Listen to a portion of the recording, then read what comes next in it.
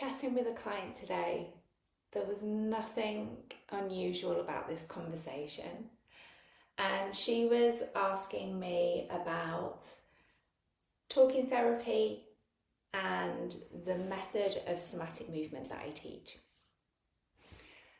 And this is a theme that comes up time and time again. I meet so many people who share with me, I've been through years of talking therapy. I've been to different counsellors, had different kind of psychotherapy, and I just can't shift these sensations and heaviness in my chest, in my body. It's just not shifting. And I don't know what else I can do. And if you're experiencing this, you are not alone. What's incredible to guide people through somatic movement that I teach is that those same people that come to me sharing about their despair of not feeling different despite their years of therapy, they start to experience themselves in a different way. They come out of their head, they come out of their focus on understanding and rationalizing their experiences and the impact, and they get into sensing themselves, feeling where the impact has manifested and been stuck and been held on to. And through this practice, they start to release it. They start to release those areas of holding, of tension, so that in a way, their physical body, their felt sensations catch up with the understanding that they've had in their head.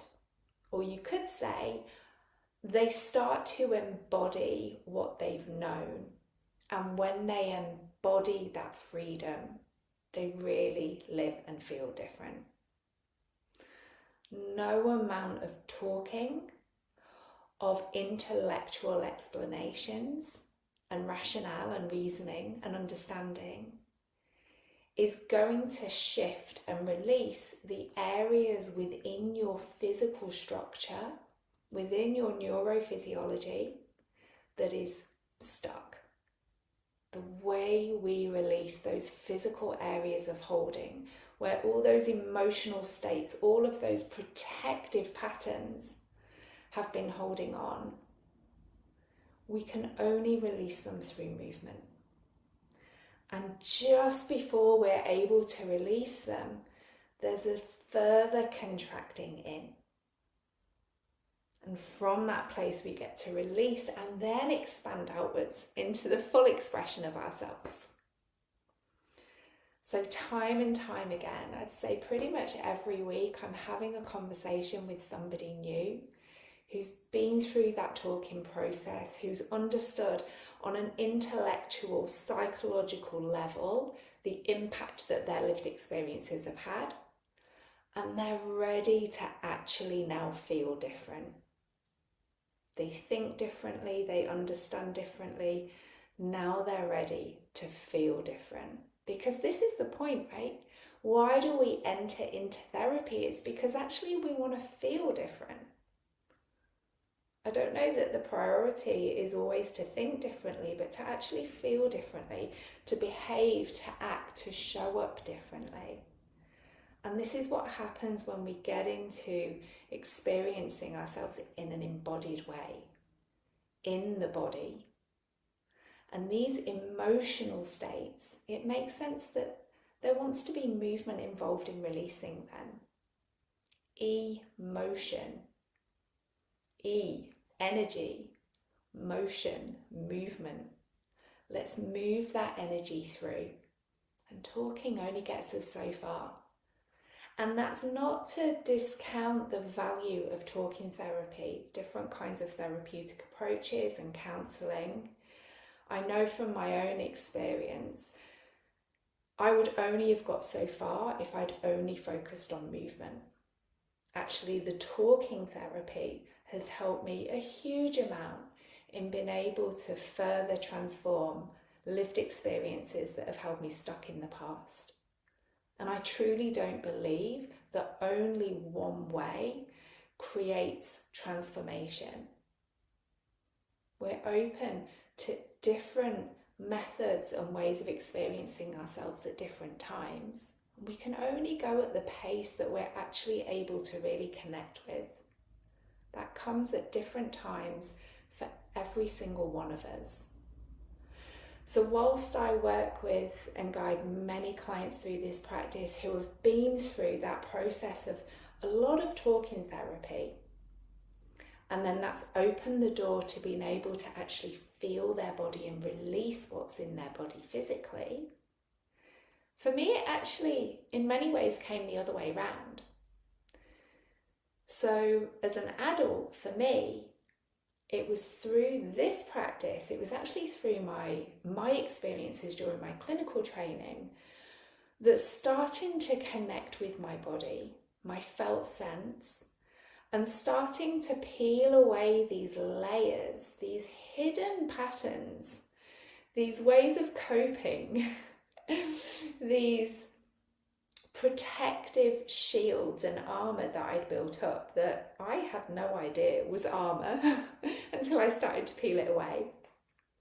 It was only through that process that I then came to recognise and understand the depth of my coping mechanisms, what I was protecting myself from, how my experience of life up to that point had manifested, and was actually holding me back in so many ways, emotionally, physically.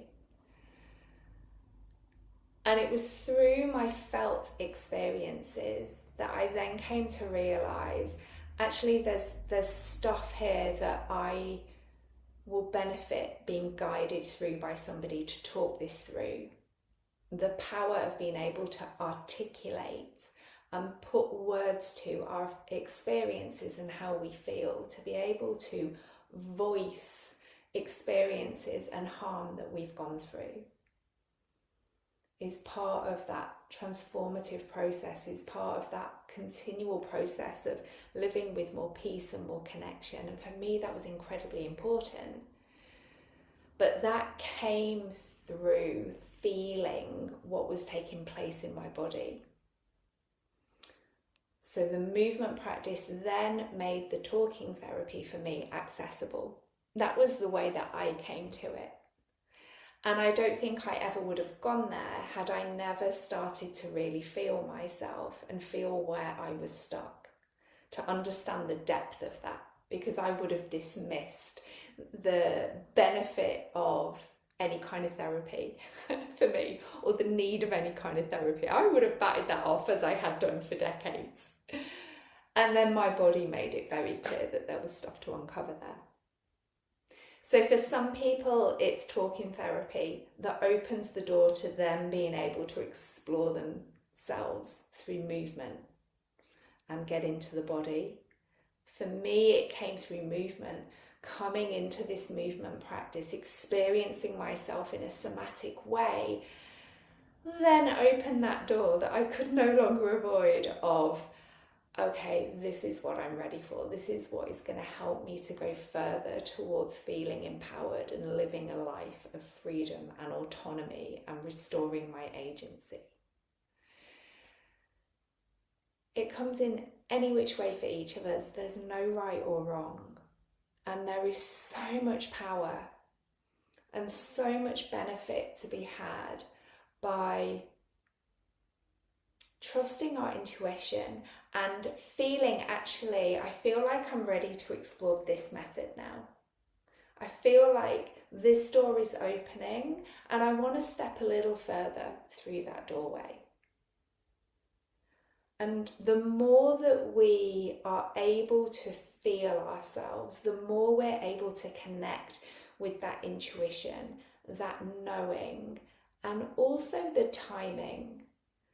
So titrating our experience when it's a transformative one is absolutely fundamental to it being effective. Not forcing ourselves or doing something because we think we should or somebody told us to, But the more we're able to sense and feel ourselves, the more we're able to really feel into what is aligned and what is accessible for us, without becoming so dysregulated that we put ourselves into a less connected, helpful place, that we become more stuck. And that's what this practice helps us with. It helps us to get really, really skilled at feeling ourselves. The more we're able to connect and feel with ourselves, the more we're able to build that trust, the more we're able to meet our needs in a really effective way. So this really isn't about talking therapy. That totally trumps this somatic movement stuff. Or actually, no, this is more important than talking. We come at the method that's accessible for us.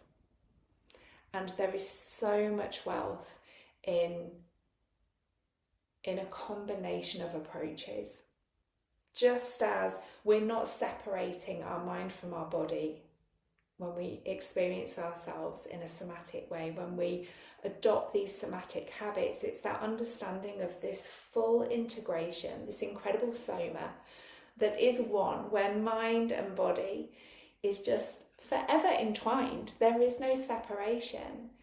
What if we approached different methods and ways of experiencing life and ourselves in that same way, not separating any areas off, not setting a hierarchy of this is better than that, or this is right and this is wrong, but just enjoying and embracing the many effective ways that there are for us to experience and explore ourselves and continue to transform through our lives. We're not designed to be the same when we're in our 40s and 50s and 60s and 70s as we were in our younger years, our teens, our 20s, our 30s. And I don't know about you, but actually I don't want to stay the same. I want to be able to continue growing and evolving and responding in the most flexible way to all of life. So if we haven't met, my name is Karen. I'm founder of Somatic Habit. I teach this incredible method of clinical somatic education. And this is so much more than just movement. So I look forward to sharing more with you.